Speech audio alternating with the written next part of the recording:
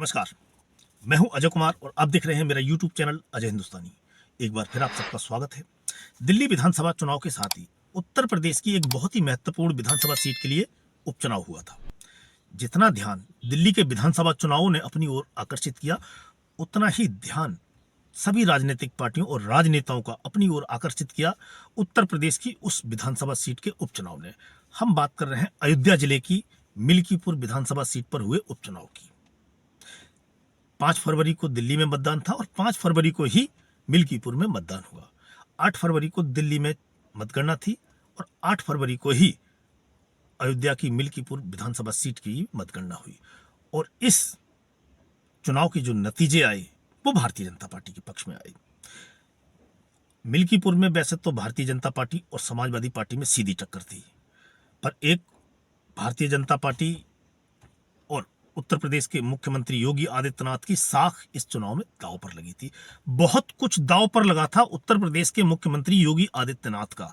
अगर इस चुनाव में भारतीय जनता पार्टी मिल्कीपुर विधानसभा का उपचुनाव नहीं जीत पाती तो ये योगी आदित्यनाथ की साख पर बट्टा लग जाता और भारतीय जनता पार्टी जो हिंदुत्व के मुद्दे को लेकर शुरू से चली है, उसका एजेंडा राम मंदिर उसके एजेंडे में शुरू से था। जब से भारतीय जनता पार्टी का गठन हुआ है तभी से राम मंदिर का मुद्दा उसके एजेंडे में था। उसके हर मैनिफेस्टो में उसके जो चुनावी घोषणा पत्र होता था 1985 से लेकर अब तक, हर घोषणा पत्र में राम मंदिर का मुद्दा शामिल रहता था।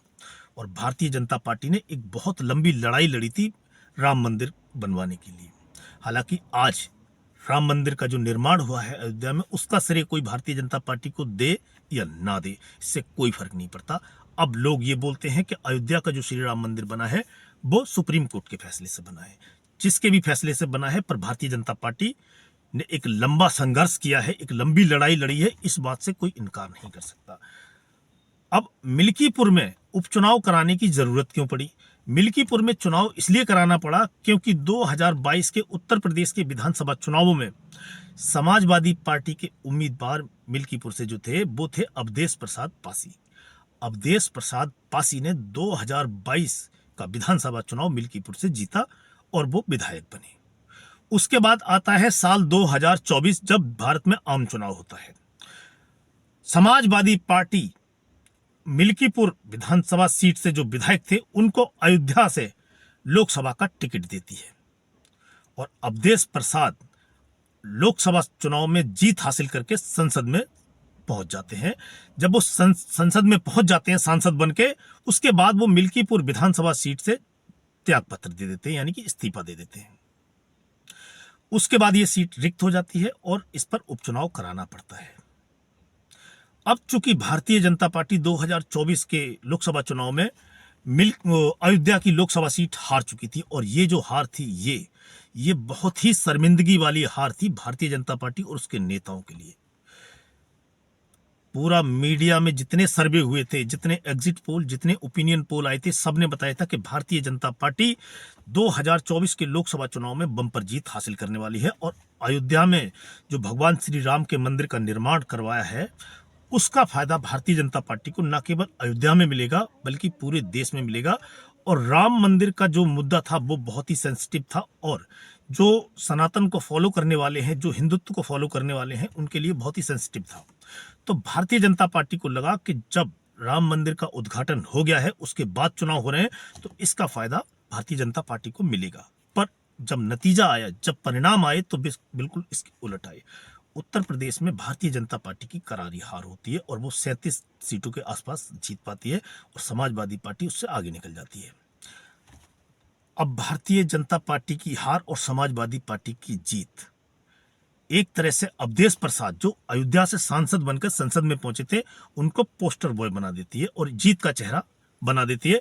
अब जो विपक्ष था, कांग्रेस पार्टी, समाजवादी पार्टी, यानी कि पूरा विपक्ष भी आप मान सकते हैं कि पूरा विपक्ष अवधेश प्रसाद को आगे रखकर ही उस समय बात कर रहा था। जब चुनाव नतीजे आने के बाद संसद में जब अवधेश प्रसाद पहुंचे, उनको पहली पंक्ति में जगह दी गई। प्रेस कॉन्फ्रेंस होती थी तो उनको आगे बिठाया जाता था, कोई पब्लिक मीटिंग होती थी उनको आगे रखा जाता था।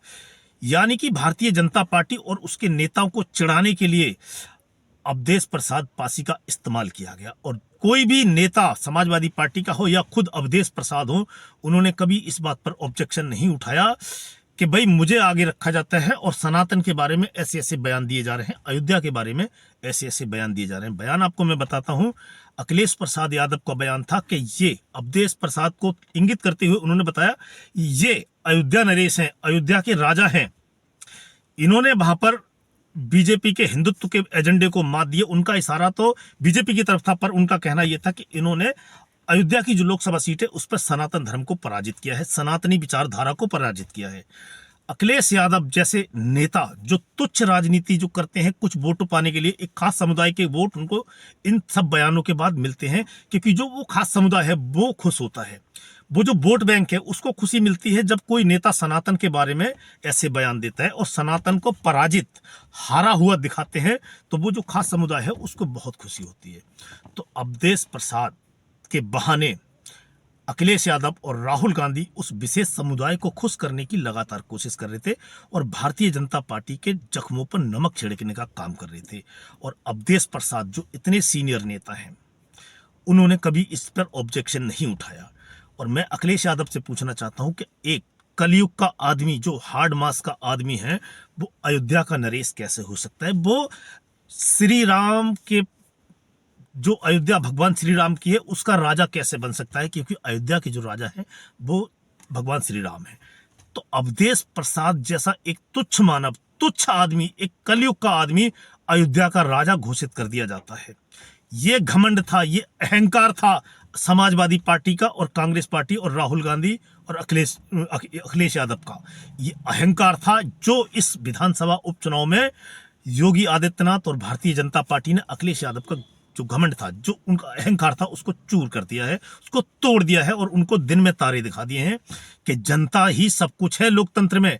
आपने जिस सनातन को उसकी बदनामी की, उसको नीचा दिखाने की कोशिश की, उस सनातन को मानने वालों ने 2025 के विधानसभा उपचुनाव में मिल्कीपुर में आपको जमीन दिखा दी है।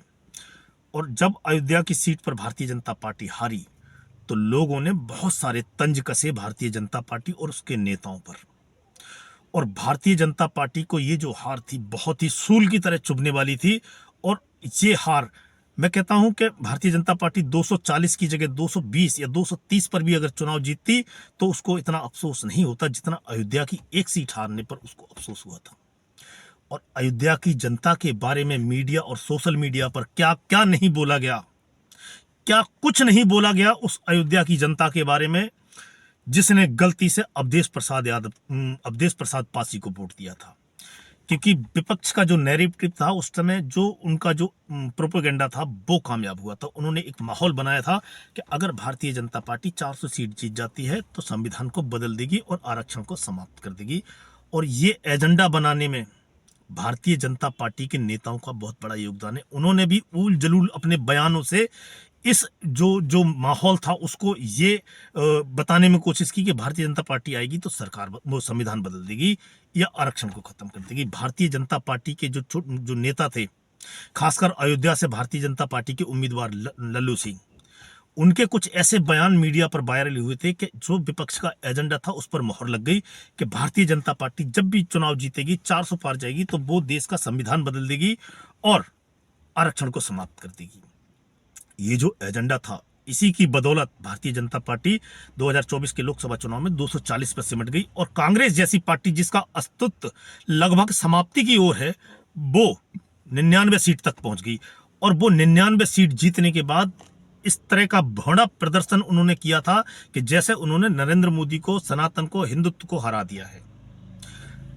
ये जो इनके कुकर्म थे, जो सनातन को नीचा दिखाने वाले विपक्ष के जो कृतज्ञ जो काम थे, वो अयोध्या की सनातनी जो जनता थी उसके दिल पे लगे। जितना दर्द भारतीय जनता पार्टी को अयोध्या की सीट हारने के बाद हुआ था, उतना ही दर्द शायद अयोध्या की जनता को भी हुआ था और उन्होंने इसका बदला दिया। और आज माहौल ये है कि अयोध्या की 5 विधानसभा सीटें अयोध्या जिले में, वो 5 की 5 भारतीय जनता पार्टी के पास है। और अब विपक्ष के जो दल है उनके पास कोई भी विधानसभा सीट अयोध्या की नहीं है।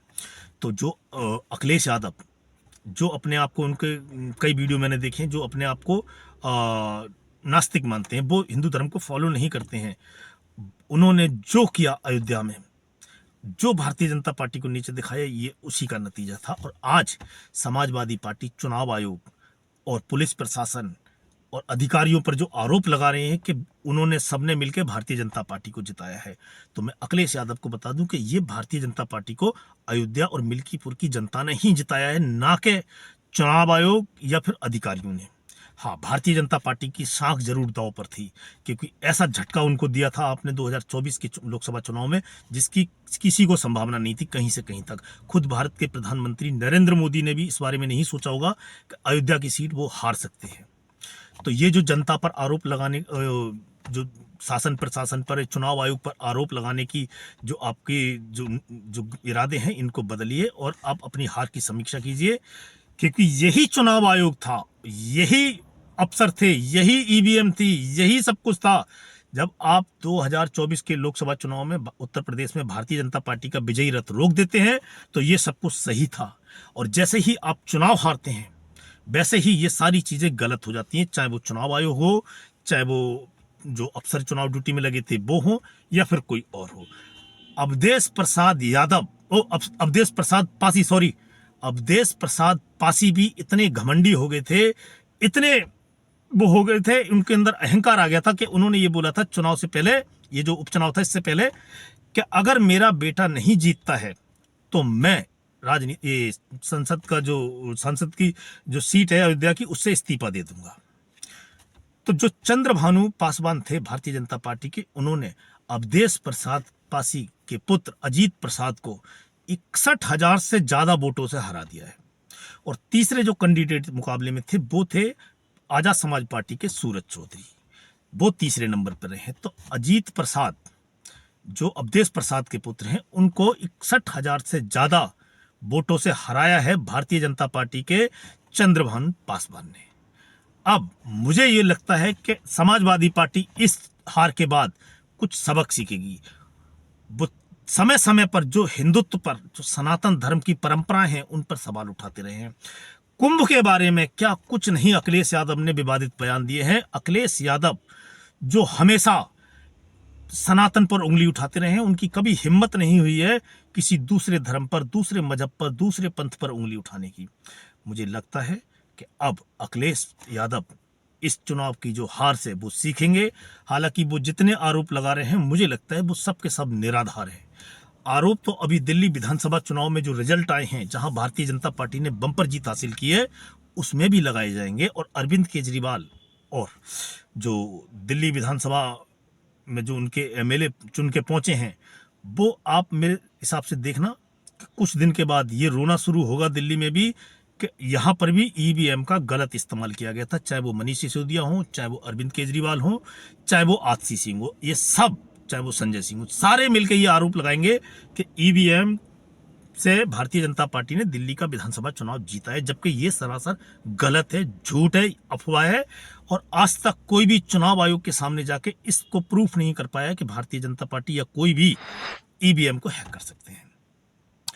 तो आज के वीडियो में इतना ही, मिलते हैं आपसे अगले वीडियो में। तब तक के लिए जय हिंद, जय भारत। अगर आप मेरे चैनल पर पहली बार आए हैं तो चैनल को सब्सक्राइब करें, बेल आइकन दबाएं और वीडियो को ज़्यादा से ज़्यादा लाइक और शेयर करें। जय हिंद, जय भारत।